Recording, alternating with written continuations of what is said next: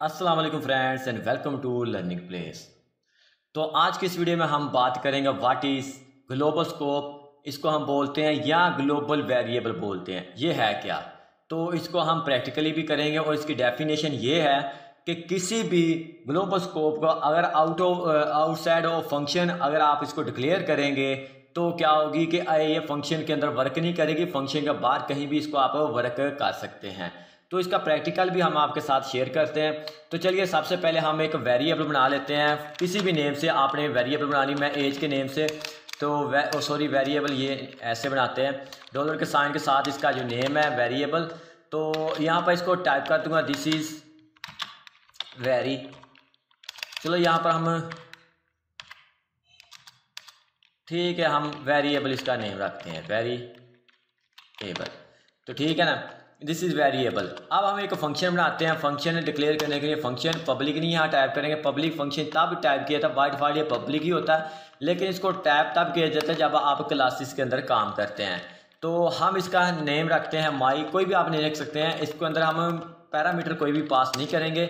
जब हम फंक्शन की वीडियो पर आएंगे तब आपको बताऊँगा कैसे कैसे फंक्शन बनाए जाते हैं। अब हम बात करते हैं यहाँ पर इको। यहाँ पर हम इको करते हैं ओनली एज को। तो सबसे पहले हम यहाँ पे इको करते हैं this is inside of function. तो इसके बाद हम यहाँ पर डॉट लगाएंगे। तो कैटिनेशन करके अब साथ में एज टाइप करते हैं। तो एज अब टाइप करते हैं, अगर यहाँ पर हमें एज यहाँ पर न्यूमेरिकली टाइप कर लेते हैं। तो 24 टाइप किया मैंने। तो अब इसको हम आउटसाइड ऑफ फंक्शन भी इको कर लेते हैं। इको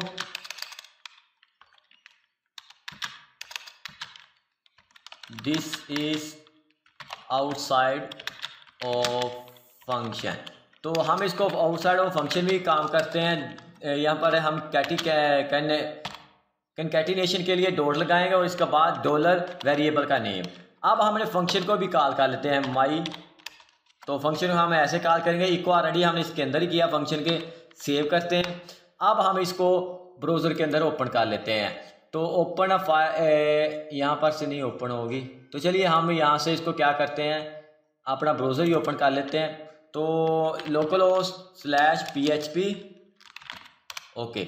तो यहाँ पर देखिएगा सबसे पहले यहाँ पर नोटिस ऑप्शन दिया अनडिफाइंड वेरिएबल 14 लाइन्स पर। तो यहाँ पर देखिए this is inside of function, this is outside of function. तो 40 लाइन के अंदर इसने क्या दिया यहाँ। इसके बाद मैं br टैग भी कर लेता हूँ। तो यहाँ पर करते हैं, फिर कैनकैटिनेशन करेंगे। इसके बाद हम br टैग लगाएंगे ताकि ये सेपरेट दोनों हो। तो देखिएगा ये आप रिफ्रेश करते हैं, आप देखिएगा अब उसने वेरिएबल एज अनडिफाइंड बोला है 14 लाइन पे। तो 14 लाइन क्या है यहाँ पर देखिएगा एज, क्योंकि ये फंक्शन के अंदर हम इसको डिक्लेयर नहीं किया इसने हमने। तो ये ग्लोबल स्कोप जो है आप फंक्शन के अंदर काम नहीं करेगी अगर आपने आउटसाइड ऑफ फंक्शन इसको डिक्लेयर किया होगा।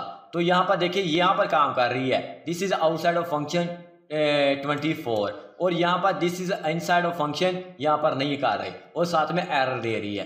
तो ये अगर इसको हम यहाँ से हटा देते हैं तो आप देखिएगा ये एरर ख़त्म भी हो जाएगा। तो Ctrl+S करते हैं ओके। यहाँ पर देखिए आपको दोनों का डिफरेंस का पता चल गया हो। अगर आप किसी भी वेरिएबल को फंक्शन के अंदर डिक्लेयर करते हैं तो ये लोकल वेरिएबल होती है, या फंक्शन के आउटसाइड ऑफ फंक्शन आप इसको डिक्लेयर करते हैं। जैसे हमने यहाँ पर देखिए आउटसाइड ऑफ फंक्शन इसको डिक्लेयर किया है, तो अब इसको इनसाइड ऑफ फंक्शन हम रन नहीं कर पाएंगे। तो यहाँ पर इसको हम फंक्शन के बाहर इसको हम असेस कर सकते हैं, कहीं भी आप इसको प्रिंट करा सकते हैं, इसका आउटपुट ले सकते हैं। आई होप कि आपको इसका कंसेप्ट आपके माइंड में बैठ गया होगा। अगर आपको कोई प्रॉब्लम होती है तो हमारे कमेंट सेक्शन में हमसे राब्ता ज़रूर कीजिएगा। तो आज की वीडियो में इतना ही, तब तक के लिए मुझे दीजिएगा इजाज़त।